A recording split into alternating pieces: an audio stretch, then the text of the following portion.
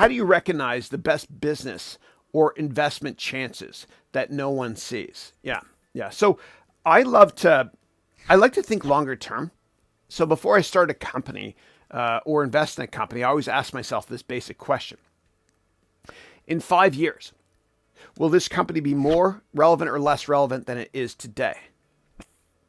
I know it's a simple question, but Wayne Gretzky, who's a fellow Canadian and the greatest athlete of all time, that's right.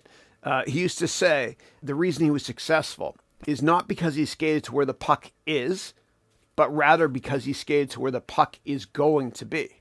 And so you got to have the foresight to invest in companies that people are going to like. And I learned that quote in investing from the CFO of Vestas, a great European wind company, when I met with him back in '06. I remember that well. Another great Gretzky quote is, when you win, say nothing. When you lose, say even less. I love that. I love that. Yeah. Yeah. But yeah, that's what I would do. And there's so many other criteria as well, which you can find out about by taking my complete financial analyst course, or you can take my MBA degree program. I have an even better template or tool for you, a 100-step program on how to decide what to invest in or each stock, that sort of thing. Yeah. Yeah. But if you're starting a company yourself, of course you want to be early, right? But you want to have a first mover advantage. But you want to also do it so that people think you're kind of nutty. And hear me out here. This is cray cray.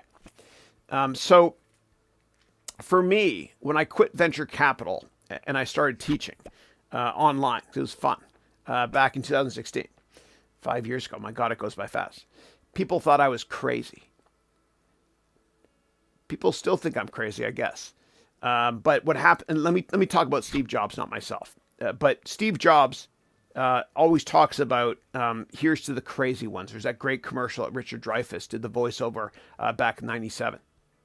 He talks about, at first they think you're crazy, then you get some success and they think you're a crazy genius, and then after a while they just say genius.